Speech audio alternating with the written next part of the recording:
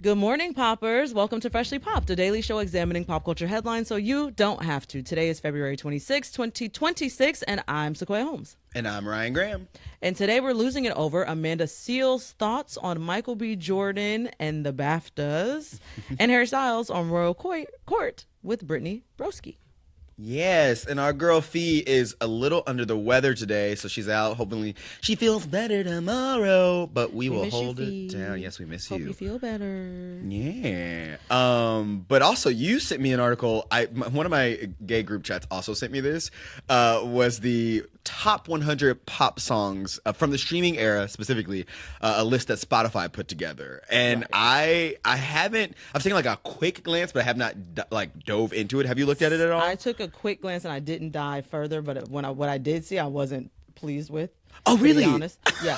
But I do love Spotify. I want to be really clear. Sure. I love Spotify. They support us a lot. Love you guys down. I wasn't super happy with this, but I haven't looked super hard. I have not looked hard at all. I saw like 2 or 3 songs. What was the thing that jumped out that you were like, no? Like, I'm curious. I saw Tate McRae's sports car on there. I said, what the fuck are you talking about? That came out yesterday. That's one of the top 100 songs of the streaming era. You know what? That also caught my eye, which I'm like, I do like that song, but I was like, oh, to be fair, I'm pretty sure it's high. Like, it was like in the top 100. Like, it was like the top 90, but it should not have. There are so many pop songs that have been made. I'm trying to look at what the year is that they considered. I think it's 2015. Okay, I was also curious. I'm curious as to what denotes, what am I saying, streaming era. But yes. 2015 is the earliest song I saw, and when did Spotify become a thing? I had it in college, so I had it in 2014. I had Spotify in college as well. I saw an article somewhere, and I think the article said 2015. Okay, if I'm not mistaken. Not that that's when Spotify launched. So Spotify launched before that. I think Spotify launched in 2006 or something like that. Correct. Yeah. But I think when they say streaming era, they're talking 2015 at the earliest, 2016, time. And with that in mind, I'm obviously these lists are always going to be like big hits, you know what I mean, or like big artists. So I think that they're any list, no matter if it's from Spotify, Billboard, yada yada yada, I think they're always going to kind of like lean towards names, because I do think anytime you have a list of like best songs, you're going to obviously miss out on people who just aren't blowing up. You know what I mean? Mm-hmm. There are probably artists who are better, songs that are better than Sports Car by artists. I'm not even necessarily thinking like best songs. Mm-hmm. I'm thinking important songs. You know what I mean? Like songs where it's like, oh, this song was everywhere. You could not avoid this song. I'm not even necessarily thinking numbers, because the numbers have shifted a lot. Sure. From from 2015 to 2026. So I think numbers plays a part, but I really think it's impact of the song. So when I think top 100 songs of the streaming era, this is an example I'm going to give you, and this isn't correct because it doesn't fall within this time period. But the impact of like Dancing on My Own by Robin. Sure. I'm like, that if it came out in 2015, it would absolutely need to be on this list. What doesn't need to be on this list is Sports Car by Tate McRae. To me, you know what's crazy? I think specifically with that in mind of like your definition of like songs that are important, I would argue that is one of her more important songs. One of the more important songs? No, one of hers, certainly. But that coupled with the fact that she is one of the current pop girlies, but I'm saying that means focus on so let's just, because I guess my thing is, I think she is important enough to mention, and then so I think if you have to mention a song by her, it will be that, or It's Okay, I'm Okay, and I would argue that is a better song. So that's where I lots fall. of things there. I love It's Okay. It's okay. I do okay. too. Okay, first of all, okay. We'll get into the list in a second, but I'm just gonna explain my reasoning for this. I love It's Okay, I'm Okay as a song. I like it much better than Sports Car, but that's just my own personal preference on it. I don't think Tate McRae is impactful enough yet to be mentioned on this list at all, especially considering there is 11 years that we are working with. Sure. And Tate McRae just got big, people would argue maybe in 2024 max. It's like, no, that she should not even be here, in my opinion. Similarly, I'm looking at this list. Okay, so let's do the list. First song on this list, Driver's License, Olivia Rodrigo. I'll give you that. Even that, I'm like, okay. I don't know that I would put it. I would give you it though. I felt similarly, where I was like, this feels a little high. It shouldn't be number one, but like it was. Number one is crazy. Is this ranked? Yes, I think this is in order. You know what? I don't want to misspeak. I took this to mean in order. That is how I read this, and I definitely. I do agree that this was literally everywhere, literally massive. And you know what? There's a song I want to see if it came out in the quote unquote streaming era, and I believe that it did. And I think it would be bigger than this. Because if we're being real, and you guys know how I feel about Taylor Swift. You guys know how I feel about Taylor Swift. She should be up and through this bitch. She should have 50% of this, I feel like. She has quite a few. And she should. But seeing Driver's License at number 1 when Taylor Swift does exist feels crazy to me. I love Driver's License, and I don't like any of Taylor Swift's music, goddamn near. And I still am like top 100 greatest pop songs of the streaming era. This doesn't say biggest. It doesn't say anything of that. Greatest. Yeah, I'm with you there. I guess the other thing, because like to me, if we're gonna go down the route of like songs that were ever present in Driver's License is number 1, and we're 2015 as a streaming era, Adele's Hello, I would argue is bigger than that, and it should be. Maybe they're not considering it pop. Is Adele R&B all of a sudden? Like, what do you like? What? Excuse, it's a ballad. Maybe they're not considering it pop. Is Driver's License not a ballad? What are you saying? Yeah, I'm saying they are the same song effectively. Like, and so I'm saying, and I don't actually. I'm scrolling through. I do not see Adele. Oh, okay. Adele's 38. This can't be ranked. I'm gonna have to go out on a limb and say this can't be ranked, because if you put Adele's Hello at 38 and Driver's License at number 1, I feel like those songs are no. And another thing, so I just typed in Adele's name to see what other Adele songs come up. Only She's one? also at number 60 with When We Were Young. I've never heard that song. I don't know what that song is. I think you know that it's the one with the big note. This photograph and I'm gonna. Yeah. Is that not helping? No, it's not helping at all. To be honest, I don't know what you're talking about. I know when I sing, it makes it sound like it's an original. That's why it probably was. It's so confusing. That's it sounded a really like nice way to put it. That is a really nice. Right. Yes. It sounded like I made my own song and like my own hit, if you will. So I get that. Anyways, so as I look at this list, the entire thing feels like recency bias to me. There's too much recency bias on this list. Pink Pony Club by Chappell Roan. I like. If anything, it should be Hot to Go. I like Pink. If anything, and even then, I would not put Chappell Roan on this list at all. She just got here. That is okay. Yes, Chappell Roan just blew up. Chappell Roan did not just get here, but I understand what you mean. But I'm like, if you go through that path, I'm like, I think in terms of like. Recency bias is certainly affecting this, but you have to have some of the newer artists on here. And I'm saying, because who else would you put on Olivia Rodrigo makes sense to be on here. Sabrina Carpenter makes sense to be on here. Those girlies make sense Chappell to be on here. Doesn't? Not to me, no. Chappell's been around for like I'm aware that she's been around, but again, this is the greatest pop songs of the streaming era. Greatest is doing heavy lifting here. Pop songs is doing heavy lifting here, because even when I listen back to Chappell's old music before this one that blew up, I wouldn't even consider that pop music. It was good music, but it was not pop music. I'm talking about like her Naked in Manhattan, which I believe is 2019, which it sounds more current to what I'm saying, to what she sounds like now. Because you're right, her older stuff way different. But I think even her like Billie 20 should be on here. Billie is on here. I know, that's what I'm saying. And so you're saying like, I'm saying yes, a lot of the current girls can be on here to me. Some of them don't make sense enough to me. Chappell is one of those ones that doesn't make enough sense to me. Interesting. And whoever I said before also. I guess my argument there would be like, I don't know who else would be there. I'm saying like, I feel like if you're ranking a list of all the people who should be here, I think Chappell still falls on there. Because I'll give you Sabrina, I'll give you Billie, I'll give you Olivia, and then I'm like, think about who else has come out in most recent years, and I feel like Chappell would have to be there. I'm thinking about who else blew up in most recent years, because again, Chappell has been around for a long, long time. Chappell only had her ascend to hyper visibility very recently.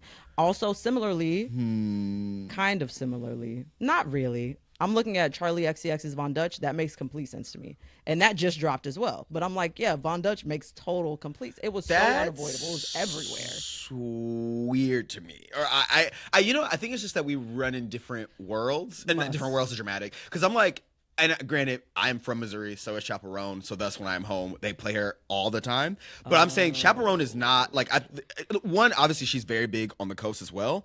But like Midwest loves her down, and I think I really do think she is perhaps bigger than like then she may appear on the coast. Does that make sense? I think she's a not flyover state artist, but I'm like not even they saying that she's not love big. her. I'm not. Then saying I don't that understand. she's not big. Then I'm not I'm not following. saying she's not big at all. That's not what I'm saying. I'm saying if there are 100 slots and maybe 1,000 songs come out per year, and you are choosing songs from the year 2015 to the year 2026, that is 11,000 songs that you have to choose from. Okay. You are telling me that Chapel Roan Yes. gets one of those Yes. 100 out of 11,000. Yes. Not for me personally. For That's me, crazy to for me. me, it's a no. It's crazy to me that you would say that about Charlie XCX's Von Dutch, but not Chapel Roan's anything, because I think that is a LA bubble. Charlie XCX is not that big outside of the coast. She is sorry, I'm not saying she's not big. Charlie XCX is big, but I'm saying that like legitimately, I remember looking at with the Brat era, looking at those numbers, I'm like, oh, Charlie does not have like mainstream hits like that. And I think I agree know with that. Chapel Roan does. So then I guess we just are gonna agree to this. Maybe I'm misunderstanding. I'm saying it's okay. because again, Von Dutch, as someone who did not brat at all, I could not avoid it. It was everywhere I was. Von Dutch was everywhere I was. There has been no Chapel song that has the one that's been everywhere I am is Hot to Go. That's it. The other ones have not been everywhere I am at all. I'm trying to remember Von Dutch the song actually, because the one I'm thinking of is 360, and I actually don't remember Von Dutch. I know if you heard Von Dutch is the music video. I just don't remember what it sounds like. Is what I'm saying. But 360 is the one where I'm like that was everywhere. But yeah, well, I mean, I guess I'm surprised that that's not on here too. But even when I'm looking at like, again, I just did some quick math on. 100 songs divided by 11,000. And I'm assuming, and 1,000 songs a year is even on the low side. It's probably a shit ton of songs that come out every year. Of course, yeah. Oh my God. That's less than 1% that makes it onto this list. Chapel doesn't make sense for me, but that's just me. Yeah, that's just hey. me. That's just me. Now, I'm something that I feel like should be on here, maybe it doesn't, maybe it's not in the time frame, is I Don't Care by Okanapop and Charlie XCX. Those are earlier. Maybe that came out that's in 2012. So. That's like, okay. I think that's way early. Okay. And I agree, because that is her biggest song. You see how like that was unavoidable? It was everywhere. But I agree. I would argue that Chapel's, and I mean, I do think Hot to Go is bigger than Pink Pony Club. But to me, that would be Charlie's, like, only, if I had to pick a song over Chapel, that would be the only one, because that is her biggest hit. That is, like, undeniably Charlie XCX's biggest hit. It would make sense to me. Yeah, it would make sense to me. And I love Pink Pony Club. I would like to point out. I also like so much of Chapel's music. I don't want to sound like I'm being a hater. I am not. I am looking at this list, and it looks silly to me. It feels like the least objective list I've seen. Oh, Hot to Go is on here. I'm looking at it. Yeah, it is. It's 50. It's at 56. Yeah. Yeah. Good for you. Why? What? I give you driver's license. Good for you. And again, I went to go see Olivia Rodrigo live. I understand. Good for you. What are we talking about? What? I am having trouble understanding your logic, because I also would argue that the song was it. Do you listen to the radio? Do you? Yes. You listen to the radio? Yes. I actually, unless someone is in the car with me, I will just turn on the radio and roll. FM radio or AM Yes, radio? I listen to FM radio. I do listen to NPR a lot, but I will turn on if they're doing a story I don't care about, I will turn on the regular radio. And Chapel is, I'm like, and good for you. Another one that makes sense to me. Another one that makes sense to me that again goes to me feeling like I'm objective in this. I'm being unbiased in this. APT by Rose and Bruno Mars makes sense to me. Of course it does. Hate that fucking song, but it is song. Everywhere. When I say I cannot not hear it, and I deeply want to never hear it again in my fucking life, you know, I'm like, okay. And I guess to me, I would put a Pink Pony Club, obviously not as ever present. APT, or APT, however you fucking say it, is like, it is like literally like a Target ad that just digs into my brain. Okay, so I'm thinking back about like the radio of it all. Radio isn't streaming, so me listening to the radio doesn't have, you know what I mean? Like the fact that I'm still hearing Apata and I don't listen to the radio goes to show you how big it is. And I'm not even saying I don't hear these other songs, because I actively seek out Good For You. I love Good For You by Olivia Rodrigo. Just don't make it don't make no damn sense to me. Interesting. I'm scrolling through it. I am less surprised by this. I think a lot of these things make sense. I will say I have to believe it's not ranked. I'm going to choose to believe it's not ranked because if it's ranked, it is way off. I'm just going to choose to believe that this is just a list of songs. Right. Cool for the summer. And again, Taylor Swift just doesn't appear on this list as often as I think she would. As often as would make more sense to me. Let me see how many entries she has. She has 7. And songs that I don't know. And again, Cruel Summer, I do know. That's her first entry. Midnight Rain is the next entry. Nope. Midnight Rain is the last entry. I don't know that one. I don't know that one. August, don't know it. Lover, don't know it. I know that she has an album called Lover. You probably have heard it. All Too Well's no, you know. All Too Well's the one with the 10-minute version at that. Yes, I think somebody made me listen to that at karaoke one time, and it pissed me off. You know that's the one with the music video. That's the one with the music video about the scarf and Jake. Like that one has a lot of drama behind it, so I understand why that one is up there. Interesting. And then I'm looking for Billy. Billy's Bad Guy makes complete sense. Ocean Eyes is on there. What Was I Made For? I love that song. Yes. Oh, I love that song. I guess I like the song too. It's beautiful, but I'm like, the top greatest song is okay. Birds of a Feather, greatest songs of the streaming era. Ocean Eyes, okay. I feel like I don't know. Okay. Okay. I'm surprised that you were so. I also because they also did a top 100 greatest songs. Rap songs of the streaming era. Spotify and did? it had a lot less recency bias. Like it definitely had like way less recency bias. Like, and so this list feels so disjointed with that other list. My argument there would be rap has, especially in the last couple of years in terms of mainstream, started to decline. And so I feel like the recency bias wouldn't be as present, where like pop, especially like now, is so everywhere and in your face that I think it's easy to like not claim great songs of the like last few years in rap just because I don't think they're as ever present as like early 2000s 90s rap was. Like it was like the main part of pop culture, and I think it has since fallen a little bit, and so I think the recency bias wouldn't be as strong. True with the prevalence of the rap girlies. Like I feel like the rap girlies in the last few years have definitely like been really, really visible. Yes, and I think that they would probably, because if you look, SZA's not a rapper, Doja Cat is in here in this pop. I think that they would consider a lot of that pop, and certainly sexism. I think sexism is probably playing at that. I'm looking at this rap list again, and it makes almost complete sense. Like I'm like, yes, all of this, all that makes complete sense. Yeah. They got some Nicki Minaj in here. They got some Sweetie. Sure. Yeah, they got the rap girlies in here. Mm-hmm. Huh. That's and curious. I'm like, this makes sense. That other one, y'all got 50% of girls within the last 3 years. When you're making a list of 11 years, doesn't make enough sense to me personally. Yeah, I feel you. I'm trying to think. I can't think of other people who would fit in there in the last 11 years. I think. Yeah. But hey, it's one of those things. Let us know what you all think in the comments below. I look at the list. You know who does make this list? A couple times is Harry Styles, and he is on a press run right now for his new album, Kiss All the Time, Disco Later, or maybe it's the other way around. You know what I'm saying? Either way, he's on his press run for this album, and he recently went on Brittany Broski's show, Royal Court, where he makes a joke about his hairline. Wow, so like, big get for Brittany Broski. Congratulations to you. What the fuck?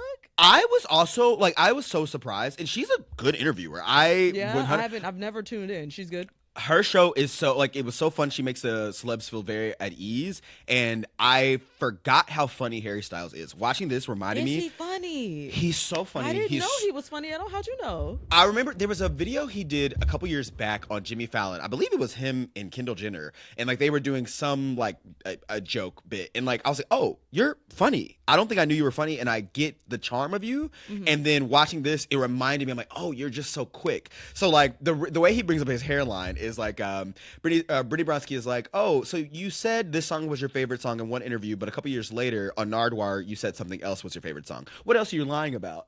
Like, it's like a very funny way. Yeah. And then he responds, she goes, oh, are your teeth fake? And he goes, my teeth? No. Oh my God. Now there's hairline. And then it's a joke because people have commented on how like, if you look back, his hair was receding.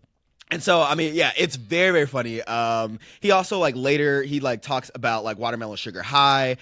She's like, what does that actually mean? He goes, it's a sugar rush of sorts. And then she's like, oh, what music? You make music for a sushi restaurant. What are other things you would make music for? And he goes, I think cremation music. He was like, when my grandmother died, I was thinking about, he, like, goes on this, like, bit in a joke about, like, he was thinking of all the things you would play during cremation. It's like, burn, baby, burn, disco inferno. Like, it's like, he was, like, just joking. That is crazy. It's so funny, though.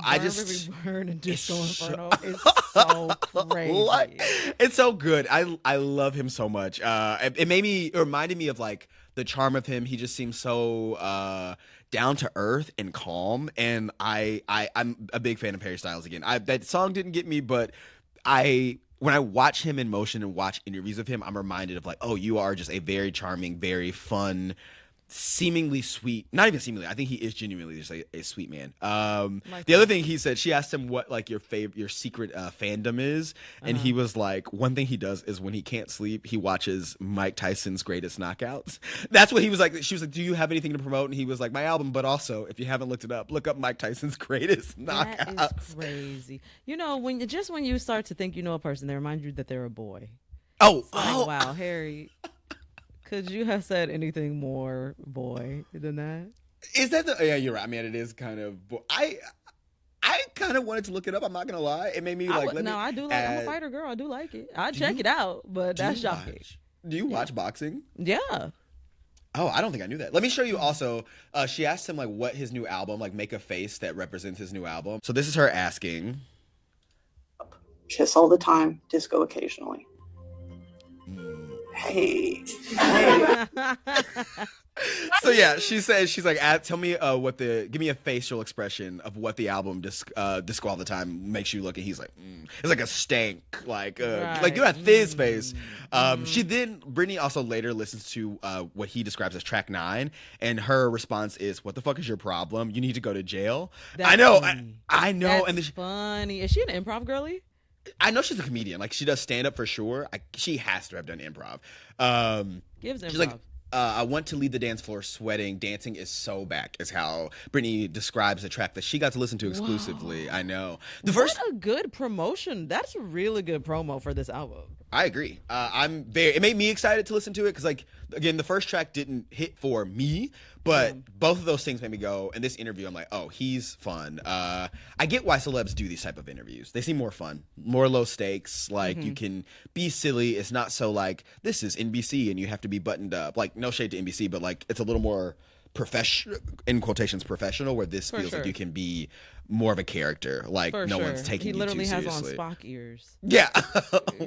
The whole bit of her show is like, I'm trying to induct you into my royal palace's Hall of Fame, yada yada yada. And so she like puts you through these like silly challenges. It's all very dumb and silly and fun, and I think it's a great way to interview people. Yeah. Into it. Okay, you know who isn't quite as charismatic? Who people have a hard time with on the internet? Whomst? Amanda Seales. Amanda Seales is getting backlash for her take on Ryan Coogler and Michael B. Jordan's BAFTA situation. So if you need a refresher, Amanda Seales is the actress, musician, and stand-up comic whose most recognizable role is playing Tiffany on Insecure. Okay. So I'm actually... She's a musician? What? That's what I was confused by. I was like, yeah, she was in Flowetry, I want to say. The band? Yeah, dude. Are you being funny? No, I'm not.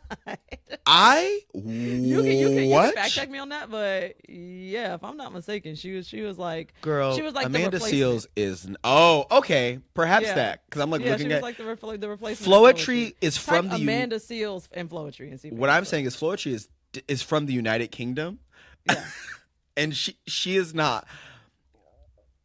Wow. I'm not positive, but I'm like 60%. Seals replaced Natalie Stewart on the musical duo Flowetry on their tour. I can't, whatever tour. That is insane to me. But also tracks so hard. Of It does course track, right? she You're did. like, yeah. Of course yeah, you sure, did. Sure. Wow. So yeah, she's a theater kid, like through and through. Like Amanda Seales just be doing shit. Okay. I remember So- trying to. Sorry. I remember trying to get a job with her in.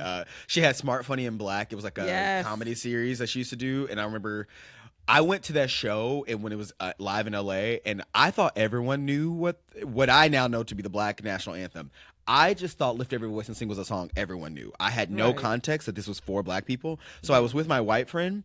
And literally, I was like, "Oh, you'll know this song once it starts singing." And we all started going, "Lift every voice," and she was literally like confused. It was a bunch of Black people singing it, and I was confused while she was confused because I didn't realize it was the Negro national anthem.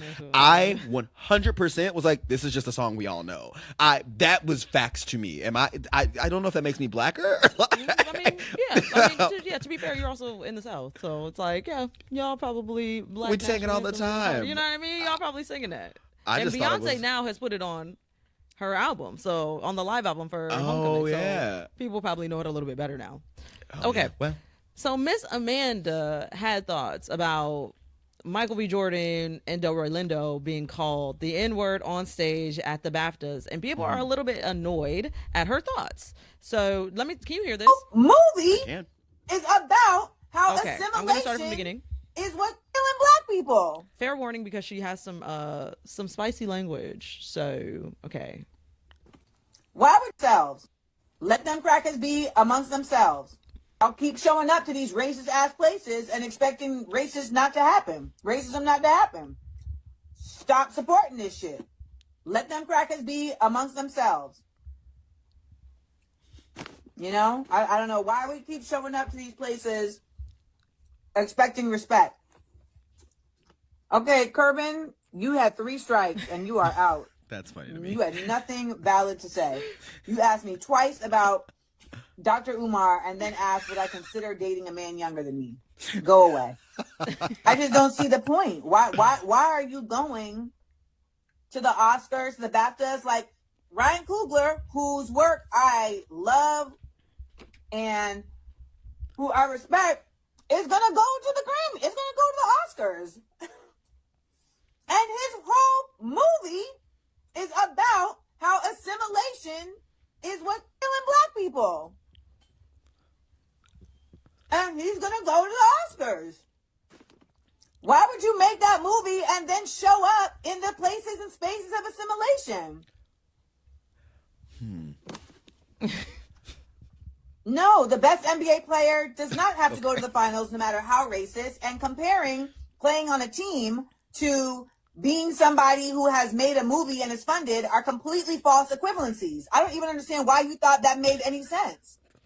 Okay. She's so abrasive sometimes. The thing about Amanda Seales, it's like the moment she comes against someone who is like challenging her thought, now nuance is important. Now that false equivalency doesn't make sense. I don't even know why you thought that's a false equivalency. It doesn't make sense. Okay. But there's no nuance to why Ryan Coogler would show up to the BAFTAs and the Oscars to be awarded for what a lot of people consider the greatest film of last year. Mm-hmm. Okay. Like it's like she refuses to like give any understanding to like when you have to play the game to keep things funded, blah blah blah blah. And I'm like, she does have some valid critiques, but the way she's making her argument makes it so like, wait, girl, like you, I mean, it's just abrasive and like, yeah, it's hard to hear. She's always up on a high horse. Like, yeah. In this time when these 2 black men have been victimized in front of all of their peers, this is what you choose to say. This is what you choose to latch on to. You shouldn't have been there in the first place. And you're going to go to the Oscars. You shouldn't expect respect. You should expect to be called nigger when you go to the Oscar too. Like, Amanda. Okay. Well, yeah, and then how do you ever expect that things to change if we don't like go to? And maybe she doesn't. Maybe that's her point, is that she doesn't ever expect things to change or get better. She's like, you're always going to be disrespected. You're always going to. That feels just so defeatist, and so like, and then well, what do you want me to do? Just like make my thing and go away? Like this is how people see it. This is how this is how we get better films made. This is how we make more money. And it's like, Amanda, and like you're saying, that's a good point. Of like, they've had to talk about this. They're going to have to talk about this in general, and this is like putting an annoying thing on their Oscar campaign that has nothing to do with them, and you were just throwing gas on that and making it worse. Because not only are they now being called the N-word, now they have people in their own community being like, "You dummy, why would you blah blah blah blah?" And it's like, well, what the fuck do you want me to do? Like, where do you want me to be? All because they stood up They and were presenting an award. They literally It's didn't so do crazy. anything. And a lot of people have strong feelings about Amanda Seales. A lot of people in Hollywood have strong feelings about Amanda Seales. Issa Rae has, had public spouts with Amanda Seales. This is why people have those feelings. You know what I mean? Like, your peers are going through something, and instead of anything else, this is what you chose to say with your time. You could just be quiet, Amanda. Always. You could just have your thoughts. Put this in a group chat. Maybe there is no This group is chat. a group chat thought. Yeah. This is not an outside thought. Like, I understand the analysis that you're making. Yes, the movie is about assimilation, and then you go into all these white spaces, and okay, I hear it. It's not that it doesn't make sense. It's that it's an unnecessary. It's a painful critique in a time when there's already enough pain being levied against these two people. Correct. And it just feels a little bit unnecessary. And also, Amanda has been crying, shaking, throwing up about Hollywood not accepting her and about damn near being blackballed for like 5 years now. Like at least 5 years. I've been seeing her do this over and over and over. You can't have it both ways. You can't be talking about how unfair people treat you and complaining about it constantly while also telling other people, oh yeah, you should expect to be disrespected. I don't even know why you Would think it would be different. would think anything else. Like, yeah, you're gonna be disrespected. Okay, well, Amanda, yeah, you're gonna be disrespected. Now what? It reminds me of that that quote from the Network where it's like you are gonna walk around the world thinking that people don't like you because you're a nerd, blah blah blah. But in reality, people don't like you because you're an asshole. Like, and I do think Social Network, yes. yeah, that's Social Network. Yeah, sorry. But yeah, it's very much like like people don't like you because you were literally difficult to work with. It's not like a thing, a racist thing, blah blah blah. Right. It's like you specifically are actually difficult to work with. You know what I mean? And that is unfortunate because I do think she is smart, and I do think she has like things to say, and I think that there's maybe a more loving way that this critique could come out. Because these are her peers too. It's not even like you or me sitting here, you know, where it's like, oh, we do this. Like, these are your peers. You also act. There's a world in which you are in a movie with Michael B. Jordan one day, or could have been, and now it's looking real funny. Like, yeah, because Amanda Seales gets in her own way, I think. Yeah. And for what? I'm like, also like, Amanda, what do you get out of it? Like, I don't know. She just seems like the type of person who's going to complain no matter what. She seems like a very kind of like angry person. I hate throwing that like at a black woman, but like sometimes I'm like, you specifically seem like an angry person. She does. I mean, yeah. Yeah, that's to me. We're not a monolith. Yeah, she as an individual. That's to me. Yes, does you, feel Amanda a little- Seales, seem angry. A little crunchy. And again, I have some Amanda Seales tendencies myself. I'm not. It's I'm speaking to a Sister, fellow opinionated curmudgeon. this is a call in, not a call out. It As is. people say. You know what I mean? This is a call in, sister girl. I also had to learn when Would to shut you- the fuck up and when isn't. When Would it's you not appropriate. call Amanda Cooner Camp? I'm like, Amanda's not Cooner. No, she's not cool. She's not. She's not. It's I not wish she was campy camp. either. I wish. That's what would help. If she just added a dash of camp to this, it would make it better. It would make it where you could at least pass, because also you're a comedian. You could pass it off as a joke. 100%. Like, I'm like, maybe add a little bit of camp to this, Amanda. That's what's help. missing. Amanda, Yeah. call us. We'll help you. The Cooner Camp Police. We'll get you closer to that campsite. You know we're on the spectrum right now. That's But right. we'll get you on that campsite for sure. Silly. That is all we have for you today. Remember, you can keep this conversation going by following us on all of our social pages at Freshly Popped. And don't forget, you can like, subscribe, comment, listen to us anywhere you are. Comment on Spotify and like us there. And we will see you all tomorrow. You've been popped.